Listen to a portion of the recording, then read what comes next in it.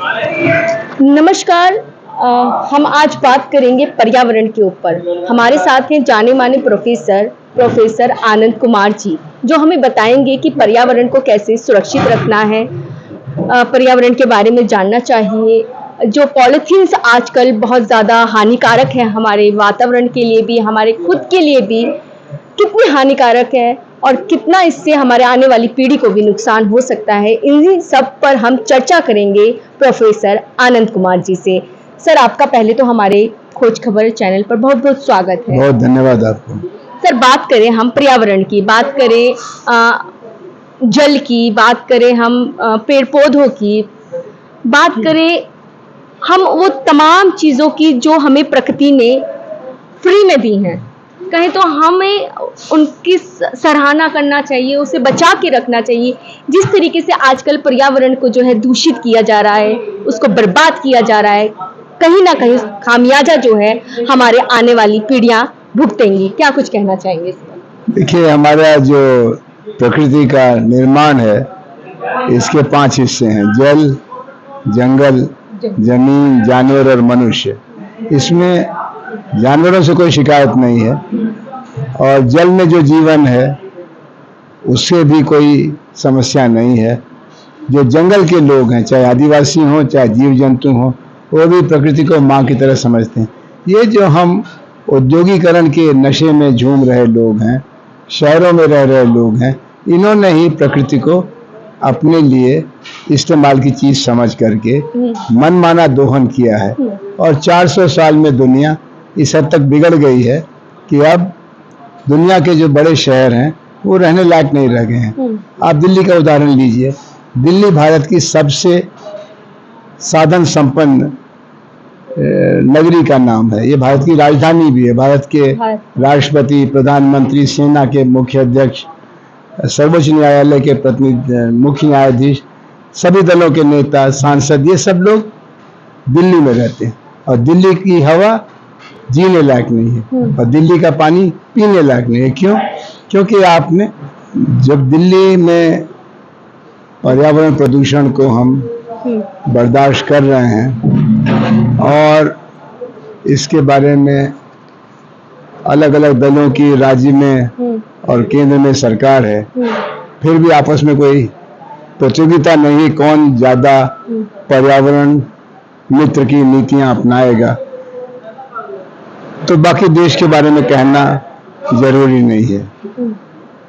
संयुक्त राष्ट्र संघ ने भी पर्यावरण संकट को पहचानते हुए जो धरती पर जीवन है और जल के अंदर का जीवन है, उसके संकट को पहचानने की मांग की है, और सस्टेनेबल डेवलपमेंट गोल्स के रूप में एक 17 सूत्री कार्यक्रम स्वीकार किया। उसका आधा समय बीत चुका है, 2023। अब कुल 8 बरस का समय बाकी है। क्या होगा क्या नहीं होगा कहना मुश्किल है, लेकिन इतना सही है कि नई पीढ़ी के लड़के लड़कियां हमारी पीढ़ी को दोषी और अपराधी मान रहे हैं। वो ये कह रहे हैं कि हमने दृष्टि का दोष था, हमने दूरदर्शिता नहीं दिखाई, और हमने कुछ खास कारणों से हवा का प्रदूषण होने दिया, पानी का प्रदूषण होने दिया, जंगल कटने दिया और जमीनों को बर्बाद किया। अब जैसे आप हवा का प्रदूषण देखें तो निजी यातायात और सार्वजनिक यातायात, अगर आपने ट्राम चलाई, मेट्रो चलाई, बस चलाई, तो कम गाड़ियां सड़कों पर दौड़ेंगी, कम प्रदूषण होगा। ये तो सब जानते हैं, फिर भी क्यों नहीं होता? क्योंकि एक कार की लॉबी है, डीजल और पेट्रोल की लॉबी है, और वो बड़े चंदे देते हैं, उनका बड़ा विज्ञापन होता है, तो मीडिया से लेकर के मंत्रालय तक उनकी बात की सुनवाई होती है। इसी तरह से सर, बात करें आजकल इसमें कितना दोषी फैक्ट्रीज के लोग हैं जो फैक्ट्री चला रहे हैं, और वो तो खुली बात है कि हमारी नदियों को प्रदूषित करने वाले तत्वों का किससे संबंध है? हमारे देश से संबंध है। वो चीनी नहीं है, वो अमेरिकी नहीं है, वो ब्रिटिश नहीं है, वो पाकिस्तानी नहीं है, वो सब तो हिंदुस्तानी हैं। और इन तमाम फैक्ट्रियों का जिसके मालिक हैं, ये खुला अपराध है कि इन्होंने अपनी फैक्ट्री के रासायनिक द्रव्य को नदियों में डाला है। और ये हमारी निगाह के आगे कोई चोरी छिपे नहीं हो रहा है। कैसे हो रहा है और क्यों हो रहा है? तो जब नई पीढ़ी ये सवाल उठाती है और जमुना बचाओ, गंगा बचाओ, हिंडन बचाओ, तरह तरह के आंदोलन चलते हैं, तो उन आंदोलनों को उपेक्षा का शिकार होना पड़ता है। सर बात करें प्लास्टिक, आजकल प्लास्टिक पर बैन है, फिर भी प्लास्टिक चल रही है। ये भी खुला अपराध है। इसके पीछे कारण क्या है? इसके पीछे ये है कि जिनको निगरानी का जिम्मा दिया गया वो अपने कर्तव्य का पालन नहीं कर रहे हैं, वो उसके बदले भ्रष्टाचार का रास्ता अपना रहे हैं। तो ये तो ऐसी चीजें हैं। मतलब कानून सिर्फ लोगों के डराने के लिए बनाए गए हैं या फिर कानून कमाने के लिए बना दिया गया है कि जितने कानून बनेंगे उतनी कमाई होगी।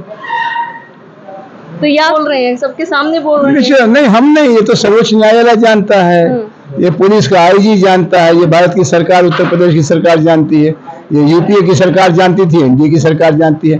ये तो जैसे कहते हैं ना कि खुला सच है। तो इस खुले सच को छिपाने का किसी में साहस नहीं है। खाली यही समझा जा रहा है कि अभी पानी सर से ऊपर गुजरा नहीं है। लेकिन आप जानती हैं पंजाब में वहाँ की रासायनिक खेती का काम बढ़ा है। अब पंजाब में कैंसर एक्सप्रेस चलने लगी है। पंजाब में खेती का उत्पादन नीचे जा रहा है। तो मजबूरी में पंजाब में हर दूसरे तीसरे घर में कहीं ना कहीं जी हाँ कैंसर की किडनी की तकलीफ हो रही है। तो जब हमारे मरने जीने का सवाल हो जाएगा तो मनुष्य ऐसा प्राणी है जो अपने जीने के लिए सब कुछ करता है। तो जब हमारा मौत से मुकाबला होगा तब हम पर्यावरण के बारे में सचेत होंगे। लेकिन कहते हैं ना प्रिवेंशन इज बेटर देन, यानी कि अगर हम उसका पहले से बिल्कुल ठीक बात है। अगर आपने पहले से सतर्कता बरती तो ऐसी खतरनाक समस्याएं नहीं आएंगी।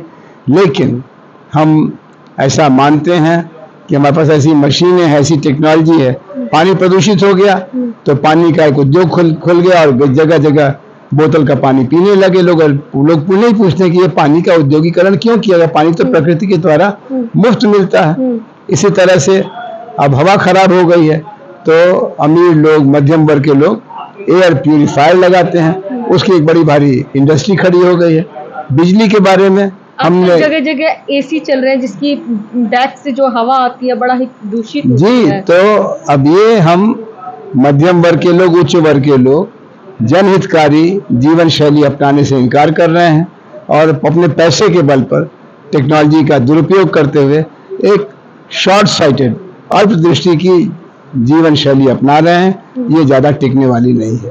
तो क्या कुछ कहना चाहेंगे जनता से? मुझे लगता है कि हमको अपना जीवन, अपना खान पान, अपना रहन सहन ऐसा बनाना है जो प्रकृति द्वारा अनुकूल हो, प्रकृति मित्र हो। प्रकृति शत्रु अगर हमने जीवन शैली अपनाई तो हम प्रकृति का हिस्सा हैं।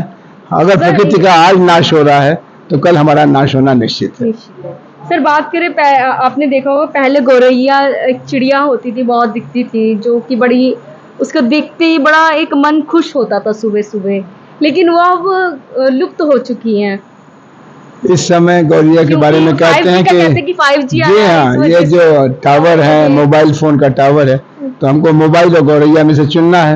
हम लोगों ने मोबाइल को चुन लिया है। लेकिन जब मोबाइल के बारे में ये पता लगेगा कि मोबाइल का जरूरत से ज्यादा इस्तेमाल हमारे बच्चों को मंद बुद्धि बनाएगा और हमारे भी शरीर में मानसिक और शारीरिक विकार पैदा करेगा।